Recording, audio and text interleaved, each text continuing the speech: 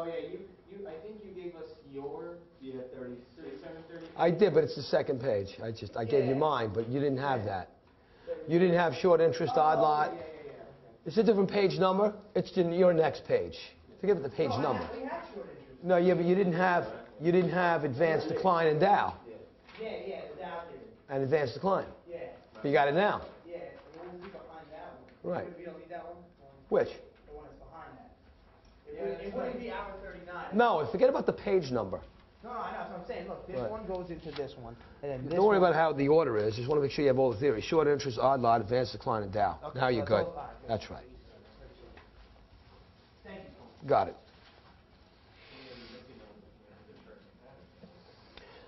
Ladies and gentlemen, I want to tell you something that's really significant to your success in this industry. The research that we have been utilizing in the area of analysis is more than 100 years, trading almost 200 plus. I want you to know that that research takes the form of either fundamental or technical research prepared by fundamental and technical analysts. These sciences of research are completely distinctly different from one another in that the fundamental analyst is going to look at the GEs and the GMs and the Microsofts and the Squids and the Qualcomms and the Pfizers of the world and look at those stock prices and issue recommendations as to what is overbought and oversold at certain levels tied to the earnings of companies, which is strictly a balance sheet perspective. The technical analyst looks at indexes, averages, theories, and utilizes charts and graphs, completely, distinctly different set of data, looking at the same companies that the fundamental analyst is looking at and their prices to determine whether we should be buying or selling these securities as to what is overbought and oversold or undervalued based upon that science of research, the science of indexing and the charting and the graphing of stock pricing, which is the area that we're going to be going into right now. And the key area for the 7 in this area is that we need to understand the different indexes and the different averages and the different technical analytical theories that's more than a century old that we use as research. The key point for you in the real world is that based upon your interpretation of this research, how to identify and read a pattern in a chart or a graph or a stock's price to determine the direction that that stock price is moving and its momentum will determine if you're on the right side of the market, to determine the gains or losses you can generate for your client based upon your timing and selection skills. And as I promised you next week, I'm going to be bringing some very explosive research in from the education that you're going to learn today to be able to interpret that research. To know when to be buying and selling and trading. Today I'll establish not only this technical data, but also establish through the science of technical research a short-term technical trading strategy. So you can see how that research is used to generate short-term capital gains for clients. Are you with me so far? Yes. So we look at the science of technical research, and we look at first a battery of indexes that the technician will look at to determine how certain sectors of the market are performing for NASDAQ. Are you with me? Yes. The first index that the technician will look at is called 7, the DJIA, Dow Jones 30 Industrials. Now that's the market that we'll refer to that's up 190 or down 280 from one day to the next. And when he looks at the prices and the performance of these 30 stocks, are you with me so far? Yes. He's getting a picture as to the buying and the selling and the trading activity, bullish or bearish, concerning what sector? The industrial sector, on how industrial stocks are performing, right?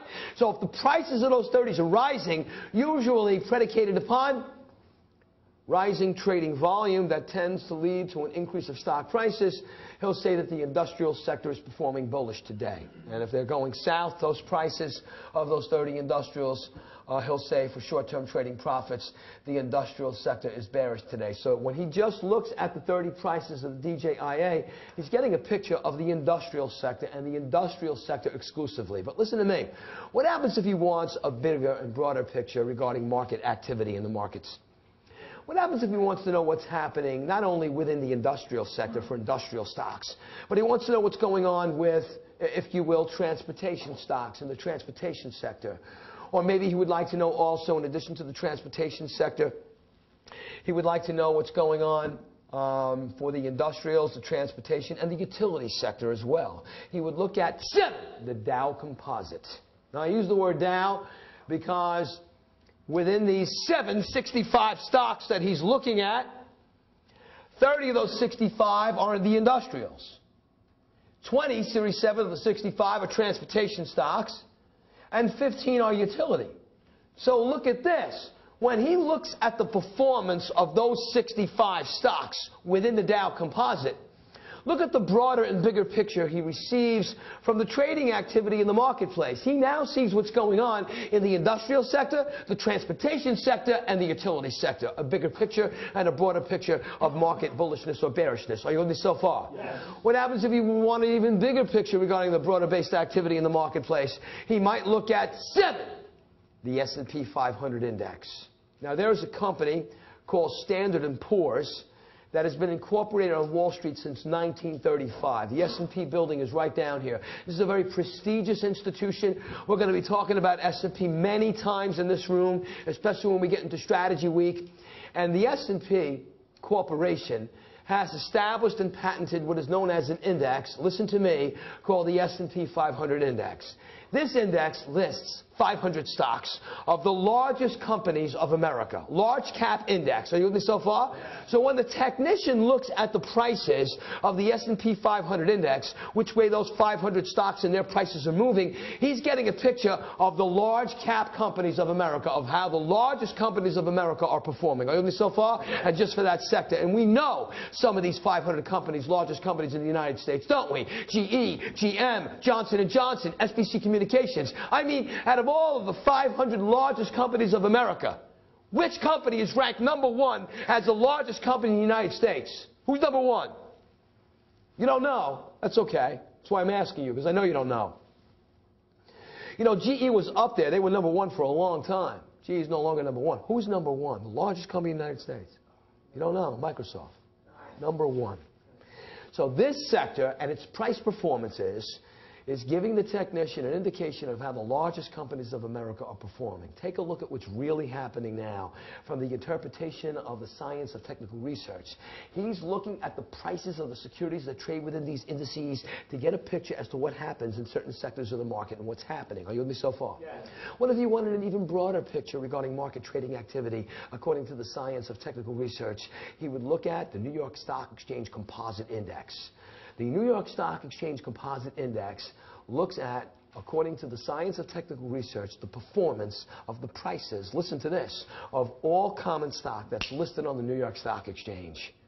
And only the New York Stock Exchange and their common stock price performances. So here, he's getting a picture of more than 3,000 companies. Are you with me so far? An even broader picture regarding market activity. Part of his science of technical research and data. But the question on NASDAQ remains, listen carefully, 7, which index, according to the science of technical research, is the broadest based that gives technical analysts the biggest picture as to overall market activity? And the answer comes from 7, the Wilshire Equity Associate Index. Does anybody know why? Because that index will give you a look at the performance, listen carefully now, of the prices of all common stock listed on the New York Stock Exchange, the American Stock Exchange, and the NASDAQ. 2 exchanges in one market. Broadest based index. Are you with me so far? Again, based upon the performance and the movements of the prices of the securities that trade within these indices, gives him an indication of where the bullishness or bearishness and buying and selling activity is occurring, in what sectors. Are you with me so far? Yes. This is his data, not earnings. That's the fundamental strategist. Now, he also has available to him, or her, technical analytical theories. These theories, ladies and gentlemen, please listen to me, are more than 100 years old. This is not new. Now, based upon the interpretation of the theory, which is the key for NASDAQ, it gives the technician information regarding what's happening in certain segments of the market, just like the performance of the prices of securities that trade within those indexes did. Are you with me so far? Yes. The first theory, according to the science of technical research, is called the short interest theory. 7, substitute the word interest for shares. This is the short share theory. Now, just listen carefully and stay really focused now. This theory measures, through automation today, the total number of shares that it was sold short for every stock in the market in every location wherever it's listed and traded. Wow. I don't know if you really understand the impact of what I've just said.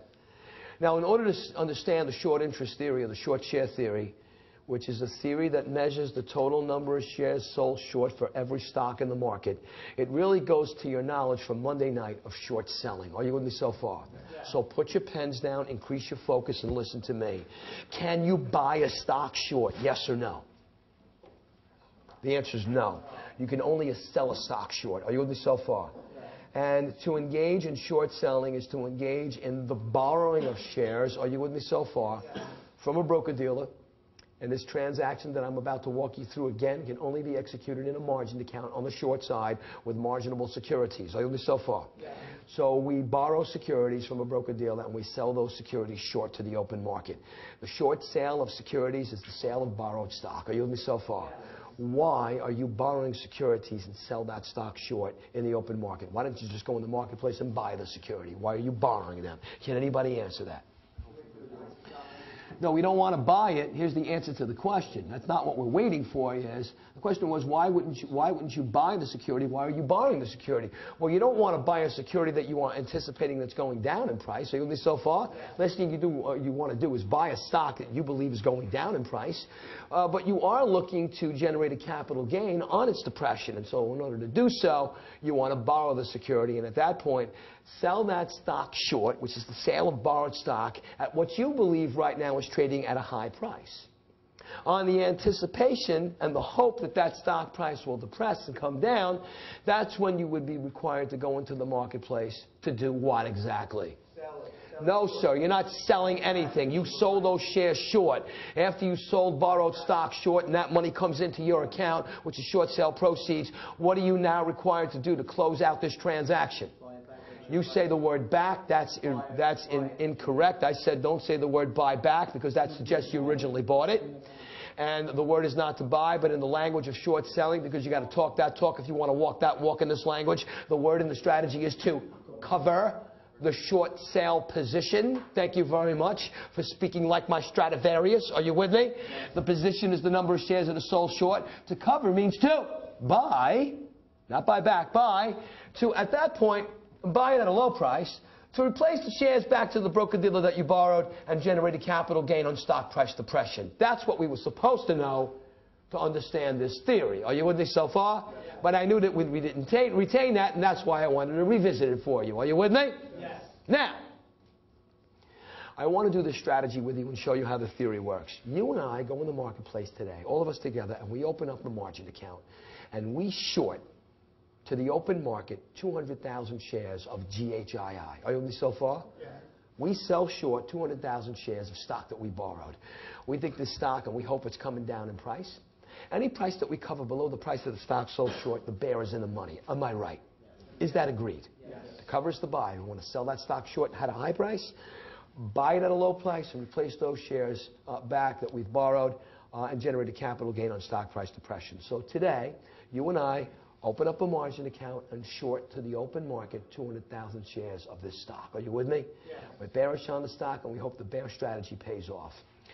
Tomorrow at the open, the stock opens up at 9:31 on the opening trade on a 0+ tick from yesterday's close. Another new 300,000 shares are sold short to the open market at the open on GHII tomorrow morning. More people are bearish on the stock. More people are short selling that stock between yesterday's close and today's open. Total number of shares between yesterday and today that have been sold short in this stock. How many? 500,000 shares. We sold short 200,000 shares in that stock today. Another additional 300,000 shares are sold short in that stock tomorrow. You with me so far? Total number of shares that have been sold short by tomorrow is 500,000 shares that have been sold short. These shares have not been covered as of yet. Are you with me so far? Yes. They've just been sold short. Are you with me so far? Yes. These shares that have not been covered are known as open short interest. Series 7, what is open short interest? The word interest means shares. Shares, look at me, I'll show you, that are open, that have not been covered, that have just been simply sold short. Are you with me so far? Yes. What is open short interest? Number of shares that have been sold short that have not been as of yet covered. Are you with me so far? All that's happening in the market is people are shorting the stock. More people are shorting the stock tomorrow than they were today.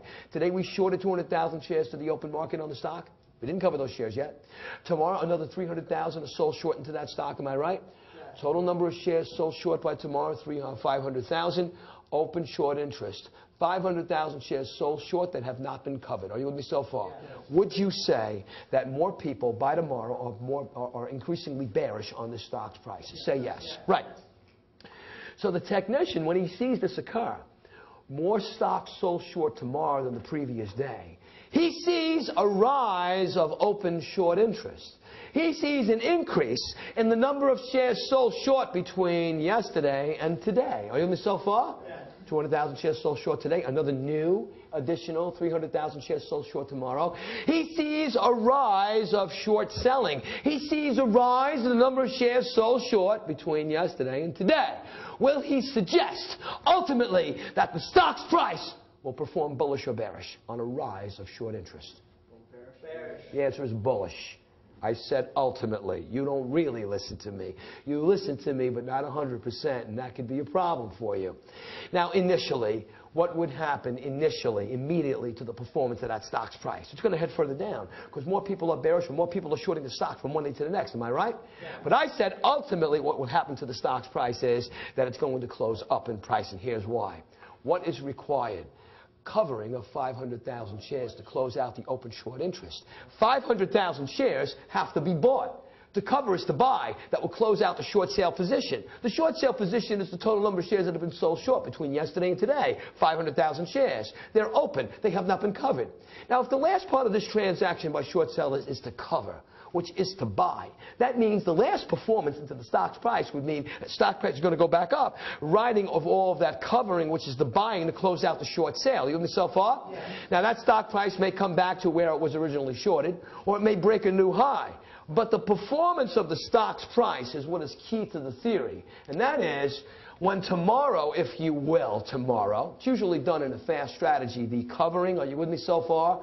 Usually don't keep open short interest stocks sold short for a long period of time. You're looking to capture on a quick rise in the momentum of the stock's price by covering low real quick on its sell-off, hoping that it would go down below the price of the stock that you sold short. Usually when you short a stock, you're looking to cover right away and capitalize on that 1, 2, 3 point stock price decline to show you the bare profits on its depression. Am I right? Yes. So tomorrow, when 500,000 shares get covered, are you with me so far? Or the next day, if you will, that covering is buying.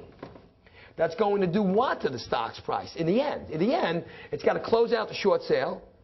500,000 shares have to be purchased, and that buying, which is the covering to close out the short sale, is ultimately going to increase the stock's price performance. The last movement of this stock on a rise of the number of shares sold short from one day to the next is a movement upward, because that buying, which is the covering, has to close out the short sale position. And so therefore, the more shares sold short from one day to the next will ultimately mean that that stock price, Series 7, will be bullish. Are you with me? Now the question becomes, look up, here's the key. When will the technical analyst, timing, issue the buy recommendation to new buyers to jump into this market and buy this stock?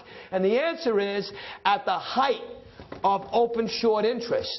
That's when the stock price is at its lowest, when 500,000 shares are sold short that have not been covered, and that's when he's going to tell you to buy stock to new buyers. Why? To ride the covering, which is the buying to close out the short sale, and ride that rising momentum up when those shares are covered. Am I right? Yes. 7, a rise in the number of shares sold short from one day to the next is initially bearish into the performance of the stock's price, but ultimately bullish, because 500,000 shares have to be covered. And covered is buying, are you with me so far? Which will end up ultimately increasing the stock's price performance. When is the stock price at its lowest point? At the height of open short interest. That's when the stock price is at its lowest, when the greatest number of shares have been sold short that have not been covered. And that's when he's going to, Series 7 Bullet 2, issue the buy recommendation to new buyers. Why not jump into the marketplace when the stock price is at its lowest? When is the stock price at its lowest? When the greatest number of shares have been sold short into the stock. That's when she's crippled. What's going to happen is that stock price is going to rise right on that buying of all those short sellers who have to cover the short sale position. Now's the time to buy. Mr. Johnson, I want you to buy that stock right now. 867,000 shares have been sold short into that stock. It's the greatest number of shares sold short in that stock in the goddamn history. The stock price is at its lowest. 867,000 shares have to be covered. Jump in now. Buy low. Ride the covering, and I'll blow you out with a gain. Are you with me? Yes. I got to show you how to sell. I can't take this anymore. I'm going to either implode or you're going to get licensed and we're going to go out. One of these two things are going to happen here. Hold it. I need to hit. Christ. With me? 10 years ago is a long time. So, we have the theory of short interest. Another theory, according to the science of technical research, as you see in the body of your work, is your odd lot theory. Odd lot, round lot, odd lot. What am I talking about when I say odd lot? Any position, I would appreciate if you use the language. You just say less than 100. Yeah, right, you're right. I just don't want you to speak that way. I want you to speak in the language of the financial advisor. Any position of less than a round lot, anything less than 100 shares in position. Are you with me so far? Yes. But I want to show you the odd lot theory. Now, I gave you some slang on Monday. Am I right? Yes.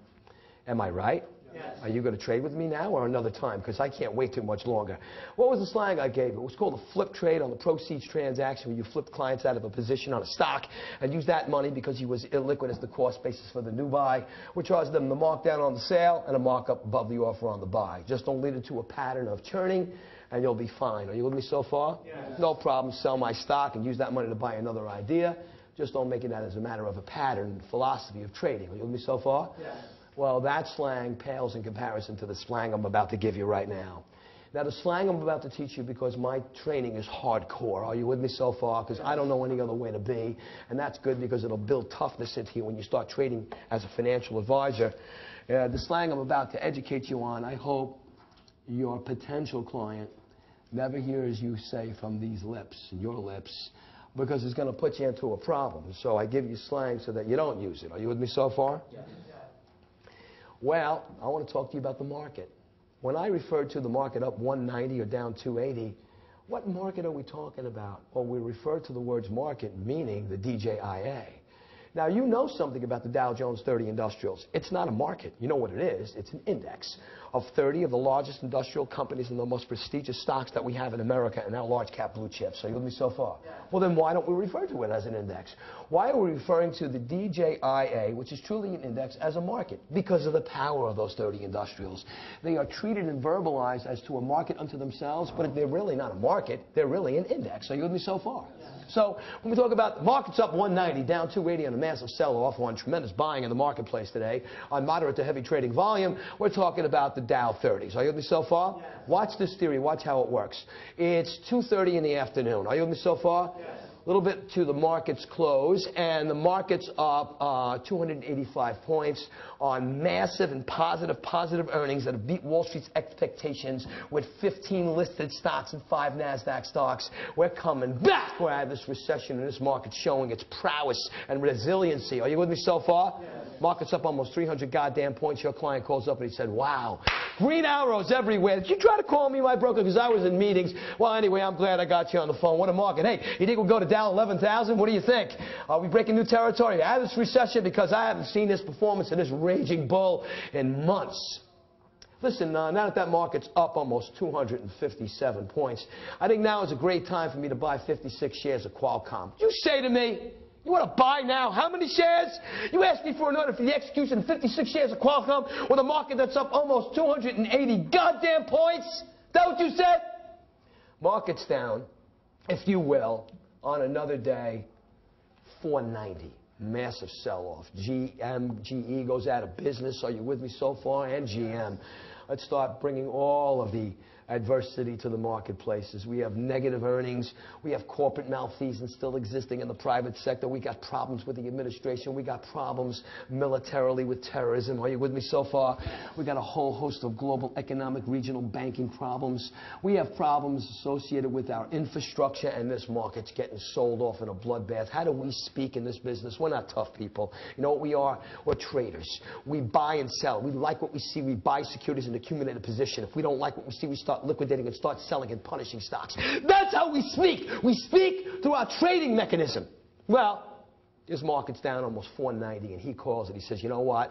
You're fired. I want out. I can't take it no more. I don't have the temperament for this marketplace. I don't know the last time I saw a green goddamn arrow. I mean, maybe that was 9 days ago. It's followed by 8 days of red hours and massive bloodbath and pain. I just can't take it anymore. I want out. Market's down almost 500 goddamn points. My 13 shares of Cisco. Sell them. What do you say to me?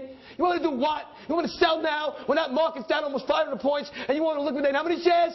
13 fucking shares? You know what you are? You're a goddamn piker. Oh my God, don't ever let him hear you say these words. You heard it. Might not have understood what it meant.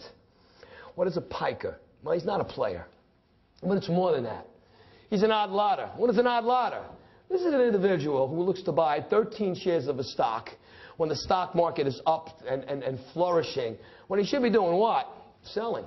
And then he wants to sell 56 shares of a stock when the market's getting crushed, when he should be doing what? I mean, with respect to the execution of the size of the position of 13 shares and 56 shares, with the market timing, we should be going the other way. It's not even worth your fiduciary transactional fee, but you are a fiduciary. You will execute that order and try to educate him as well. His market timing is inaccurate because he's unsophisticated associated with the market.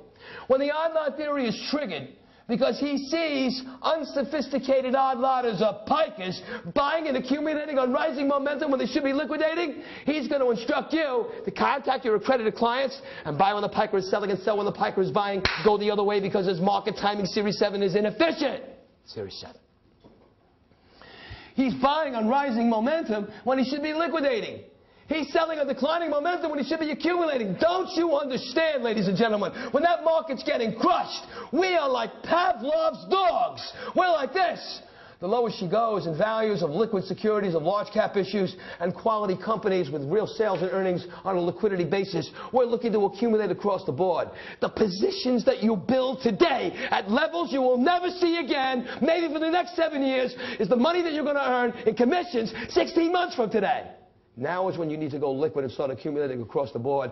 And when that market starts to show its infrastructure and rising resiliency and momentum, blow out of those positions on the rising momentum of stock that you're long at cheap prices. That's why this is the best time to come in the industry. Are you with me? Yes. Are you with me? Yes.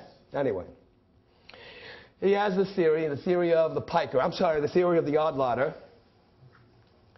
which sees an inefficient, unsophisticated market timing with respect to trading. He's buying on rising momentum when he should be selling, and selling at declining momentum when he should be accumulating across the board. He will instruct you to go the other way and buy when the odd lotter is selling and sell when the odd lotter is buying because his market timing is inaccurate and inefficient. Just another one of the many theories according to the science of technical research. Are you with me so far? Yes. Every index has an AD line. The AD line is the advanced decline line. That line and that theory measures the number of shares that's listed on that index that have increased in price versus the number of shares that have declined in price for the trading session, for the trading day. Look at me. Wall Street is a snapshot only from one day to the next. We are in a current event global industry and we live from one day to the next. So I'm going to show you how this line works. I want you to assume, for argument's sake, that there's only 3,000 companies listed on the New York Stock Exchange, a little bit more. And I'm going to turn into my anchor role because I'm a frustrated anchor. Because when I watch the news, sometimes my mind travels as I'm watching the news. Because what I look for sometimes are these little idiosyncrasies that drive me crazy, like this. And we'll be right back with announcements and a commercial message from our sponsors in 30 seconds. And I always wanted to know why they always have to fix the paper. It drives me crazy. Here's what I want to do. Just for one moment, I want to go on national television, CBS, ABC, NBC, and I just want to do this. And we'll be right back with our message from monkeys in the Bronx Zoo. But this drives me crazy. Forgive me. It just drives me nuts. So I'm going to turn into my anchor role.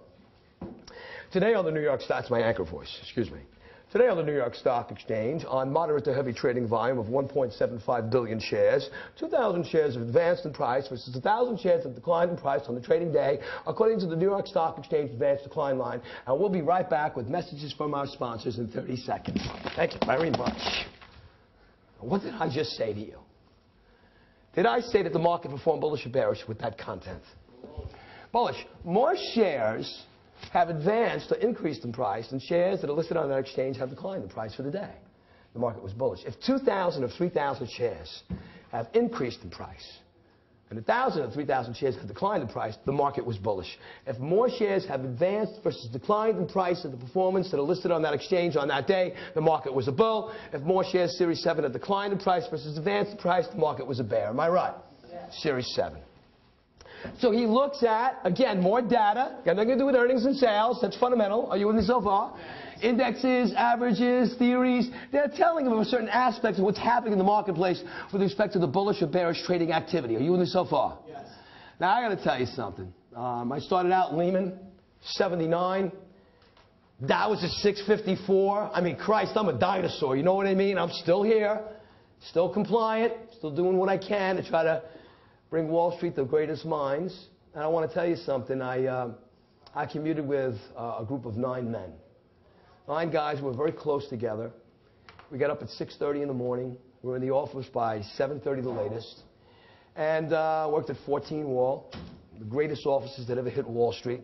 Greatest sales training program you've ever seen. Most talented brokers at the best deal flow. A broker-dealer at the time was in business for 106 years. Invented the telemarketing system that we still have today. I mean, if you wanted to be a broker, you went to Lehman. There's no question about it. You can get in. And opened up 175 accounts. Minimum trade, 25,000 per transaction. IPOs didn't count. I did it in 6 months. I was out of control. I'm out of control now. But, you know, this is my life. And I got to tell you that, you know, not far from 14 Wall, as you know, right there are the courthouse steps, right down here. Are you with me so far? Yeah. If you want to get on the news down here, you can protest on the courthouse steps. Your right to free speech, because all the cameras are there of CBS and NBC and ABC. If you see the trucks outside, they're there every day, because there's always some kind of current event news going on in lower Manhattan, and they want to capture it. Are you with me so far? Yeah. When a company is getting ready to go public on the New York Stock Exchange, they put the flags out of the company that's going public on that day right in front of the New York Stock Exchange. So there's a lot of activity that goes on right down here in the financial capital of the world, right on Broad. Are you with me so far? Yes. You know, we came to work at 7:30. We knew we weren't leaving until 11, 12 o'clock at night. We worked 7 days a week for 5 years in a row. And we said, listen, it's like going to jail. We'll work for 5 years, and after 5 years, we haven't changed our financial life. We'll leave. We'll leave the whole business. And that's the way you have to approach every day. 7 days a week, we worked for 5 years. And we changed our financial life because we weren't leaving until we had money, because we were broke. Are you with me so far? Yes. And we came down here and looked around and said, skyscrapers and everything. And I'm not talking about, you know, music. And we want to be a part of this. And so we would have to work harder than ever before. And so we didn't come from Harvard, and we didn't come from Brown, and we didn't come from Cornell, and we came from the streets of a borough. But we knew that if we worked hard, maybe, just maybe, our financial lives would change. And that's exactly what happened to all 9 of us. Are you with me so far? Yes. But we worked together closer than you could ever imagine. I'll tell you about that one other day. But I got to tell you what happened, because I'm going to this theory called the theory of Dow. On the courthouse steps. You know, I thought, or at least we thought, at the time, that we've seen many things in this industry. But I learned now, 25 years later, that I'm constantly learning and seeing something new almost every day. Not just in the marketplaces, but in life. And I got to tell you what happened one day on our way to work to Lehman. At the courthouse steps next to 14 Wall, there were these people on the courthouse steps, and they were jumping with glee, like they were so excited and so happy, and they looked like you know, unshaven. They had like green shoes on and earth shirts and some kind of weird Castro beard thing going on. And we're like, who are these people down here? You know, at the time, you know, we wore blues and grays, white shirts. Yellow was the tie for Friday. We used to call it Friday Power Yellow. If you had cufflinks, you had a certain level of success. It was a little bit different than it is today, when it was a very corporate environment. There was no such thing as dress down. Dress down Friday becomes dress down Wednesday, which becomes dress down Wednesday, Thursday, and Friday, and so does the mentality. And that's why in 24 years I've never dressed down a day in my life. Because my mentality, your mentality is different when you're not ready to come into a fighting mode in some of the fastest trading markets in the goddamn free world. Are you with me so far? But in any case, today's a different world, and I understand that. My children are certainly making me understand things like that. Oh, Dad, you're a dinosaur. And maybe they're right, you know what I mean. But I think when it comes to a certain work ethic in this environment, you have to keep yourself with a certain focus and mentality if you want to be in the top 2% of the income of the commissions that we earn. Otherwise, you can do $20,000 and $30,000 a month and make a wonderful average living. I don't think we're coming in this business to make that kind of living. It's about $80,000, $100,000, and $200,000 a month. And there are numbers that are attainable for you, but you have to be a certain type of person with a certain type of focus. And we'll talk all about that another time. But I did want you to know that there were these people, and there are many people like this, that belong to these private clubs down here. I didn't know about that then. It's like cults, you know, investment clubs and all kinds of financial clubs. And I want to tell you who these people were. And when I tell you who these people were, and I tell you what happened the day before they were screaming on the courthouse steps, the probability of something like this that I'm about to tell you again that I haven't seen since '79 occurring again is like a lunar eclipse, because it hasn't happened since. These people were known as Dow theorists. They subscribed to the theory of Dow, which you're about to cover for NASDAQ. The day before these people came out screaming with glee, I want to tell you what happened in the markets that hasn't happened since. The average for the industrials, how many stocks? 30. The average for the trans, how many stocks? 20.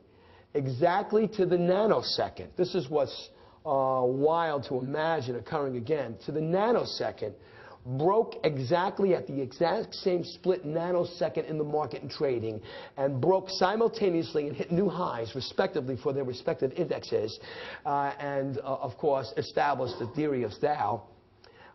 If the average for the industrials and the average for the trans move at the exact same split nanosecond in trading and break a new high for the index for the trans and the industrials at the exact same second in trading moment, or break into a new lows at the exact same split nanosecond, we would say that the theory of Dow is in play. Are you with me so far? Yes.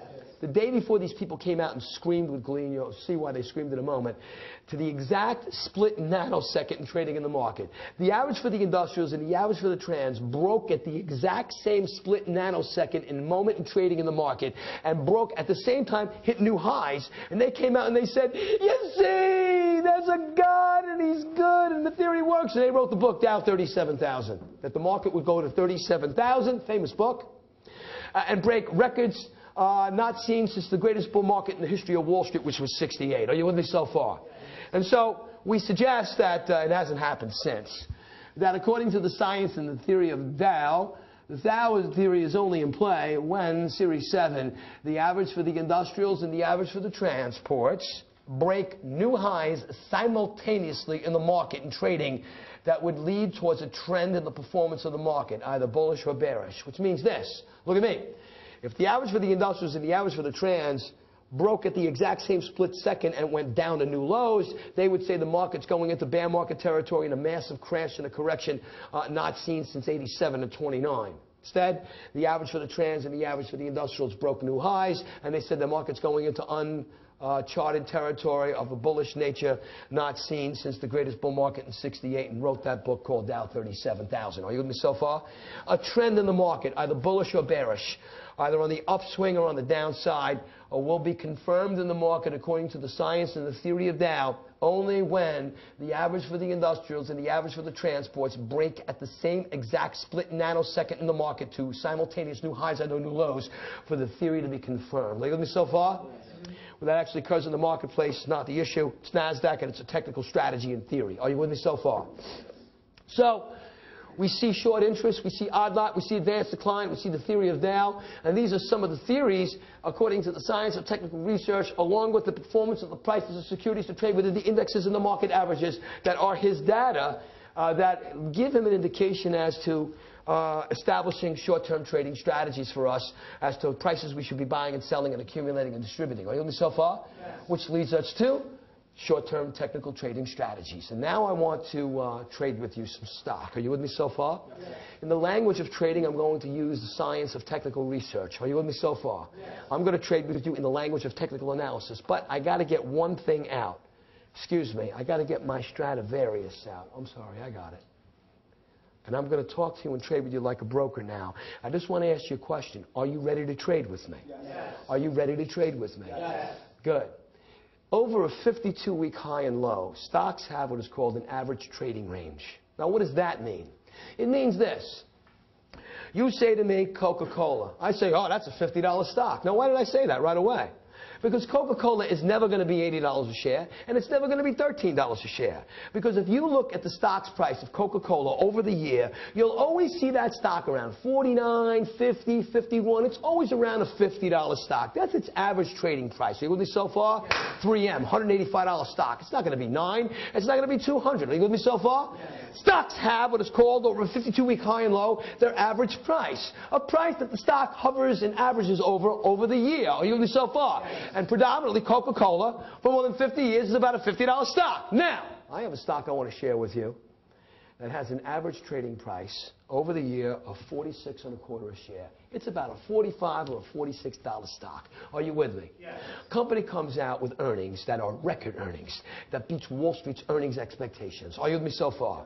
Heavy buying comes into the marketplace on this positive news, so much so to a point that drives this stock price up from 46 and a quarter on that earnings report to 50 and 5/8. That's a staggering stock's price performance on a bullish run with the hundreds of millions of shares that are outstanding in this company.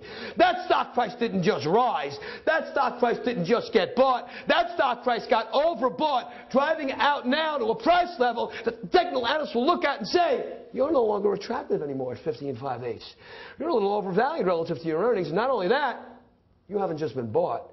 You've been into a buying frenzy, overbought, driving it now to a price that he says, from a technical trading point of view, we should resist the stock at. To resist the stock at a resistance price is a price 7 of liquidation. He's telling you, if you're long that stock, are you with me so far? And that stock, are you with me so far? And that stock was overbought and went up from 46 and a quarter to 55/8. Sell the stock. Capture your short-term trading profits because he's overvalued, overbought, and driving it down is what's going to happen. Are you with me so far? She's too high. She's no longer attractive anymore. That stock price is no longer attractive at 50 and 5/8. So, me so far. This is a price lookup of resistance.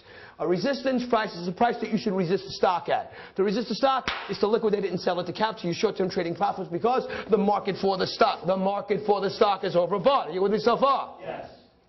This is an area of distribution. Look at me.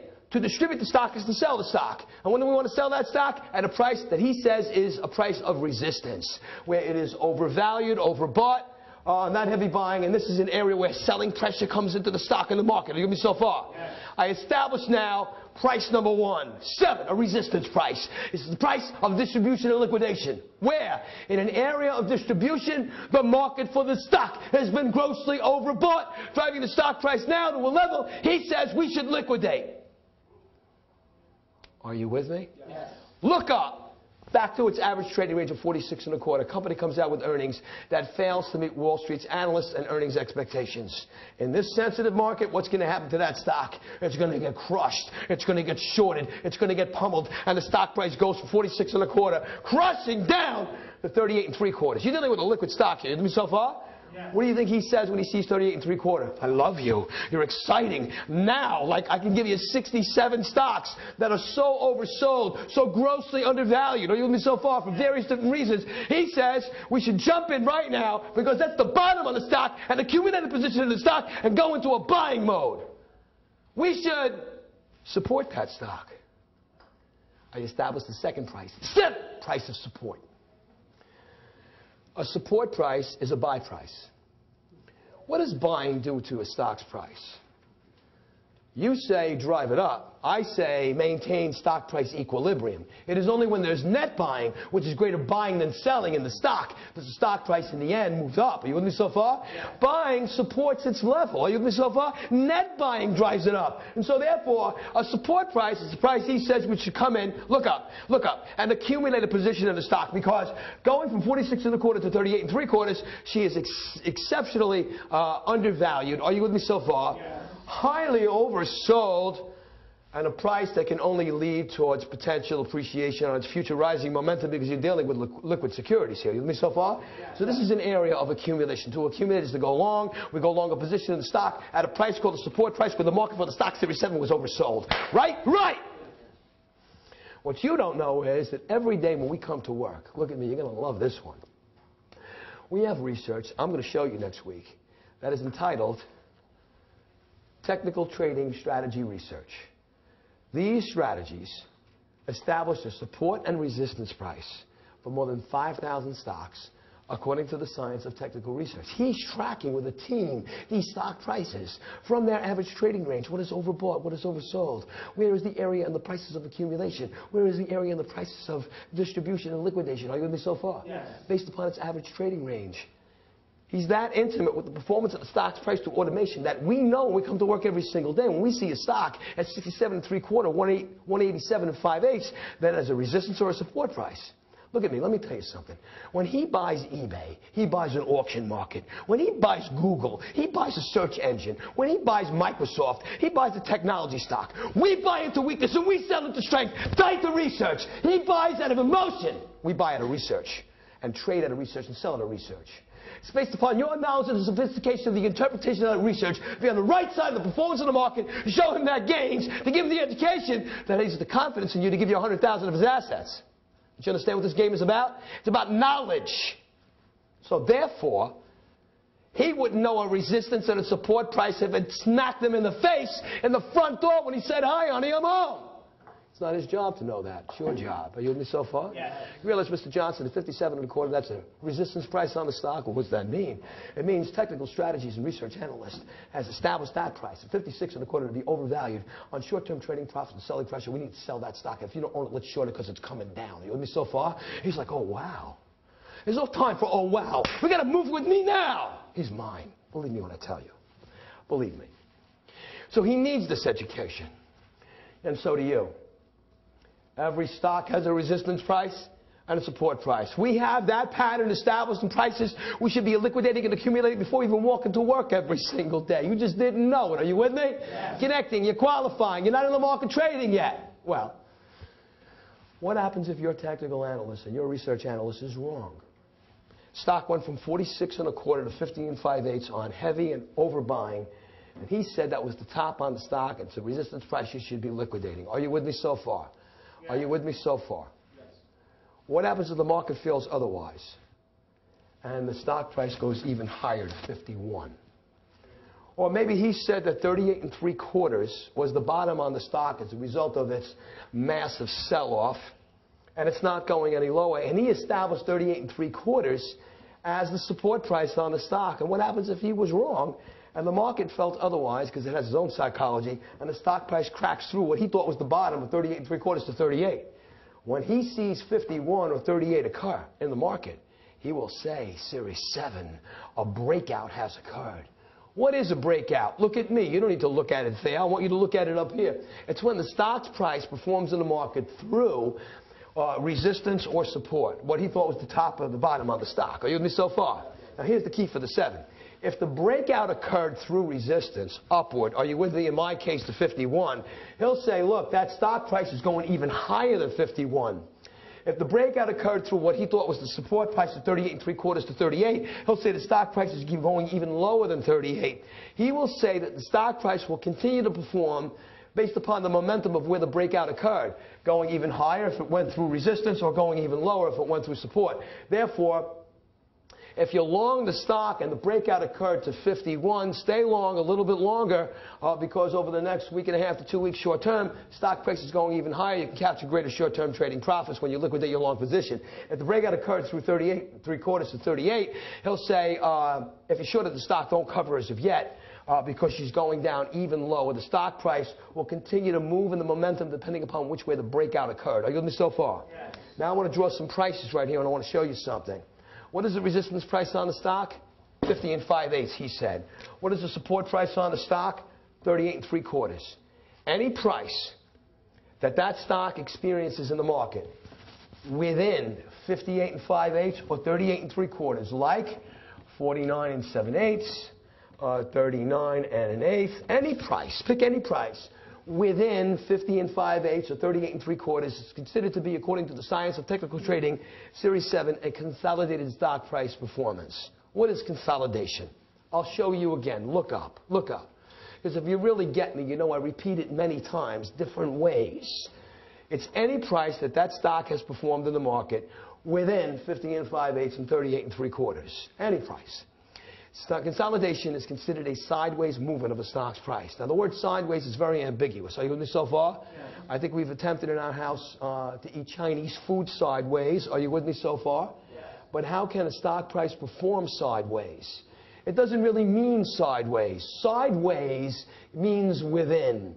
Any price within 50 5/8 or 38 3/4 is considered a consolidated stock's price performance. And let me show you what a sideways consolidated market is. You know what a consolidated stock price means. If I told you that GE consolidated the marketplace at 57 5/8 today, You got to listen to my language. I said GE consolidated in the marketplace today at 57 5/8. That means the price of GE is 57 5/8. But 57 5/8 is a price that you saw on GE today that is within what we have established to be a higher price on the stock known as a resistance price and a lower price on 57 5/8 that he has established as a support price. The consolidated price is within what he feels is a resistance, which is a higher price, or a support price on the stock, which is a lower price. Now, a consolidated market, a sideways moving market, is the most difficult market to make money for you and for your clients. And I'm going to show you those consolidated years that we had on Wall Street right now. But I'm going to give you an analogy to a consolidated market, and that is this. It's a marketplace that's moving into nirvana. It's going really nowhere. Stock prices are not really rising up much. You know, if you see a 20 or a 2 cent or a 3 cent rise in the stock's price, you'd be lucky. Stock prices are really not going down much. There isn't that much volatility. No 1-2 point movement either up or down. It's kind of floating into never land, kind of going nowhere. Are you with me so far? Yes. It's like a current that takes you sideways and out and sideways and out. And you're not really going anywhere. I mean, there's not much volatility in the market. This is a sideways or consolidating moving market. You can't capture a bull short-term trading profit on a 2 or 3 point rise in the stock's price because there isn't much movement. You can't capture a bear on a short strategy, but stock prices are really not moving down. And they're floating with nano pennies, either up or down just a little bit, where there isn't much movement. You see, what we seek is stock price volatility. That volatility captures short-term trading profits and breeds investment. That strategy and adage is older than all of us. Are you with me so far? Yes. And so, in a consolidated market, there isn't much movement going on. When the market crashed on October 19th of 1987, the market went down 508 points. It crashed 22.3% for the index, which established and defined the definition of bear market territory. After that crash in 87, which wasn't seen until 29, are you with me so far? Prior to that, we had what were known as the big bear years of Wall Street. 88, 89, 90, and 91. No earnings, no sales. Stock prices weren't moving one way or the other in a marketplace that was drifting into purgatory almost a la nirvana. We couldn't make any money. Are you with me so far? On a bull run or a bear short. And those were the biggest consolidated bear years on the Street of Dreams. And then all of a sudden, after 1991 came to a close, then we had the year of 1992. And then there's this little stock that came along called Microsoft and led a raging bull run for 10 years to 2002, which you just missed. Until then, after 2002, 3, 4, 5, 6, 7, and 8, markets collapsed again. Where there was a bear, there was a bull. Always. So you're coming into the bear, you're going to ride the next bull. And don't worry. I participated in 11 bull runs and 9 bear markets. And the market will always show you its resiliency. Always. Are you with me so far? Yes. Well, let's not say, God, I missed those 10 years. I want to have another 10-year clip. We'll have enough bull that's going to make up for the bear staggering losses that we've experienced over the last 2 years. Are you with me so far? A year and a half. And so we understand the definition of consolidation, which is a stock price that moves within support and resistance. And I want you to know that he also has certain charts and graphs that he looks at. Are you with me so far? Yes. Now, I want to show you some very common patterns. Are you with me so far? These patterns happen repeatedly over an empirical period of time. Watch this trade. Stock goes up in price, then it comes back down, goes up and hits a new high, comes down, and goes up and goes down again. He kept seeing this pattern over and over and over again. It's a very popular and dominant pattern. Are you with me? Yes. He looked at it and he said more than 100 years ago, you know what that looks like? It looks like a head and 2 shoulders. And so you know what he said? Let's call it a head and shoulders theory. So he made a name out of it. He called it a theory regarding a performance of a price that looks like a head and shoulders. A head and 2 shoulders. And that wasn't enough for him. More than 100 years ago, he said, listen, I keep seeing this pattern perform many times. What is the pattern suggesting is going to happen to the stock's price in the short term after the pattern is completed, which is after the formation of the right top shoulder. And he always noticed the same thing happened immediately after the pattern was complete. The stock, point D, always hit a new low, always. So therefore, he said for NASDAQ Series 7 that a head and shoulders top formation, top because it's got 3 tops, pattern of stock price performance reflects 7, that the stock will be immediately performing bearish in the market, because after the completion of the pattern, again, which is after the formation of the right top shoulder, stock price always hit a new low after the pattern was formed. Therefore, what do you know about the top price performance and the head and shoulders top theory? It suggests that the stock will be 7 bearish. Top is a bear. Are you with me so far? Yes. Top is a bear. Are you with me so far? Yes. The 7 knows you know the top theory. They know that you know that the head and shoulders top formation of stock price performance reflects immediately a bearish performance of the stock's price. Are you with me so far? Yes. That's why they're going to give you the pattern inverted. You better listen to me right now. You're getting the bottom formation. Top formation inverted. Look up. Stock goes down, comes up, goes down, hits new low, comes up, goes down, and goes up again. This is a bottom inverted formation of the head and shoulders. Are you with me so far? Yes. What happens to the stock price? After the formation of the right bottom shoulder, which is after the completion of the pattern, he always noticed the same thing. Stock always hit a new peak and a new high. Therefore, when the bottom pattern exists, are you with me so far? Yes. The stock is performing 7, a bull. The bottom is a bull. The top is the bear. 7, 7. The end of today. Give yourself a round of applause. You deserve it. Woo, man. You don't know where we're going. Some information real quick for you to take a look at. Let's share my information right in front of you right now.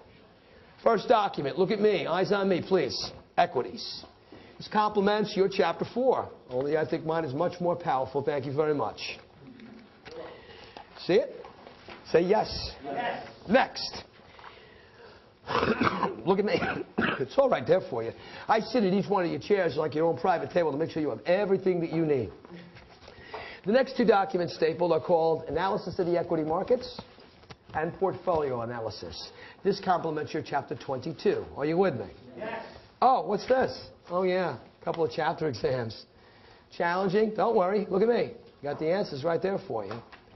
The first is an equity chapter exam, followed by the answers and explanations that enforces the second school of training, which is the reinforcement of the transactional reading. Are you with me so far? This is what NASDAQ experience is all about in the language that you've learned from today. Are you with me? And every day that we meet, again, keep those answers and explanations right out there. As soon as you read that question, read those choices, go right to it. Digesting, no stress. On the analysis chapter exam, certain requirements. This analysis chapter exam is a combination of fundamental and technical research. I haven't done fundamental analysis with you, and if I attempt to do it now and keep you another hour and a half, I think you would be overwhelmed. As a matter of fact, I'm sure of it, so I'm not covering it today. When am I going to cover it? On Friday. Are you with me so far? Yes. But I promise you good news when we come to that area, because it's not quite what you think. Because there's no calculation on the Series 7 exam regarding any of those ratios. And we'll talk more about that on the 7 when we get to Friday. Are you with me so far? Yes. So when the area comes on questions of fundamental questions in this analysis chapter exam, how we know what they are, you'll see a balance sheet and an income statement associated with them, and anything associated with earnings, don't even look at them. Are you with me so far? Yes. You'll be able to recognize them 100 miles away. But the areas on economics and the Federal Reserve and on technical research, I do want you to work with those questions open book. Are you with me so far? Yes. Now, your lesson for tonight and for tomorrow to get ready for Friday, please listen to me carefully. Step 1, reread a 4 and 22. With the education behind you, it's going to make the reading easier. Are you with me so far? Yes. Just like I did on Monday night after the over-the-counter lesson and the underwriting of equities. Should have had an easier time reading the body of the work after the education. Agreed? Yes. You're not just saying yes to me because I'm asking you for it. No, it should have, because then that means the education is working. And I know it's working because it's a winning formula for many years. Step 2, after the reading of 4 and 22, the notes. And there were many, along with their perspective. And they're going to keep coming. Are you with me so far? Yes. And it's not going to stop until you're licensed. So just remember it and sit down and take along the ride. Because this is the cyclone and we're on Coney Island. Are you with me so far? Yes. And then we're going right into 40 Rector and we're coming out with our license alive. Step 3. Read my material and publication on equities and my material on portfolio analysis and analysis of the equity markets. At that point in the reading, take a break. Have dinner, enjoy yourself, lattes, whatever it is that you do. Then go back in and do the equity chapter exam and the analysis chapter exam, open book. Critical, you do exactly what I tell you to do. Are you with me? Yes. Believe me, I know that's enough for tonight. Are you with me? Yes. That's a lot. Now, tomorrow we got to get ready for Friday, and we got to finish this week out. We got to finish it strong because we got to get ready to get into strategy week, which is 45% of NASDAQ, which is 10 times this week. Are you with me so far? Yes. Wow. It's going to start out with 3 hours of tax shells, 2 hours of margin trading on the 21st, and slam down on Friday with 5 hours of derivatives on the option side. You have no idea where we're going, and I can't wait to get there. This week is fun week. Me. Not that next week is not fun, it's just much more serious and much more involved, and those strategies are really dynamic. And when you really appreciate the educational experience you're going through, there's nothing like a true education. And boy, have I got one waiting for you. Anyway, the only aspect of the equity I haven't covered right now that I will cover on Friday is its tax ramifications. Are you with me so far? Yes. So that means that by Friday I will complete the entire language of all stock trading. Are you with me so far? Yes. 3 days alone. That's pretty wow too. And it will cover the area on fundamental analysis as well.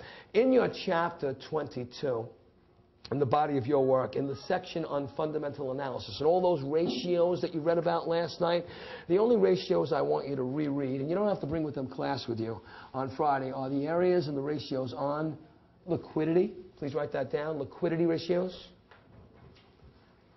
Liquidity ratios, capitalization ratios, and earnings ratios. Forget about the other ratios that are in the body of the work. Those are the three most important, as we'll put it into perspective for NASDAQ without any calculation on NASDAQ of any of those ratios. So you with me so far? So you can feel a little bit more confident. You have to worry about spreadsheeting a financial statement. You don't have to worry about spreadsheeting a ratio writing. Are you with me? I'll repeat it again. Liquidity, capitalization, and earnings. Don't look at anything else. And you don't have to bring that with you to session. Of course, that's tomorrow. Also tomorrow, I want a couple of readings. That means 2 readings of a very short chapter loaded with a staggering amount of information as a springboard to Strategy Week, and that is the area in Chapter 21 on taxation. We have to come on in and get blasted with IRS trading tax law rules and regulations, the tax treatment of convertible securities, gifted stock, inherited stock, and, of course, on capital gains and capital losses and the language associated with taxation to get ourselves ready for Strategy Week. And my expectations will be grand for you because we're only going into one area, and so I expect you to be well-read with many problems that I assure you the educational experience is bound to clear up. Are you with me so far? Yes. I assure you. However, I do want to start early on Friday because I have some meetings close to the close and I don't want to be late. So if it's okay with everybody here, and I'm sure it'll be okay with your mentors, start time on Friday is 10:45 a.m. sharp. Are you with me? Yes. It's not because it's the weekend. It's because I have meetings and I want to make them.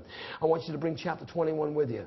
I want you to bring the pre-study, of course, with you mentally of the ratios, and I want you to get ready to go into the area on analysis and the tax ramifications of securities transactions. Now, I have one thing to say to you. There's something you need to know about me. Once I've taken your career on, I cannot stop. I don't know how to turn it off, nor am I going to attempt to turn it off. I am going to march right into NASDAQ right after your October crash, and I'm blasting in there the first week of November. I'm getting to that Thanksgiving table. You will be 7 and 63 if it's the last thing I do. I'm not about quantity. You're in my room now. This is your room too. But you got to work hard to stay in here. And that means every time you come, as you can see from today compared to Monday, it's a higher level of focus. Are you with me so far? We're getting more involved. It's exciting, but you got to step up. I repeat, I go slow, I trade with you, I'll pound it into you, but in order to stay in here, you have to step up. So I'm begging you to complete week 1 strong so we can use it as the springboard to get into week 2 where you're going to need all the focus that you can probably muster up to get into those advanced strategies, and boy, are they out of sight. I'll be with you every step of the way, but you got to be my partner, so please, do me a favor and be very focused. Now, why don't you start and finish this week the way you started it, okay? Can you do that? Well, then you do that and give yourself a round of applause. Come on. Go. Go get it done. Go get it done because nobody cares about you when you're unlicensed except for me. Everybody loves you when you're licensed. Well, how are we going to get that? Right here. Right now. Thank you. Thank you, Brian. Liquidity, capitalization, and earnings. No. No.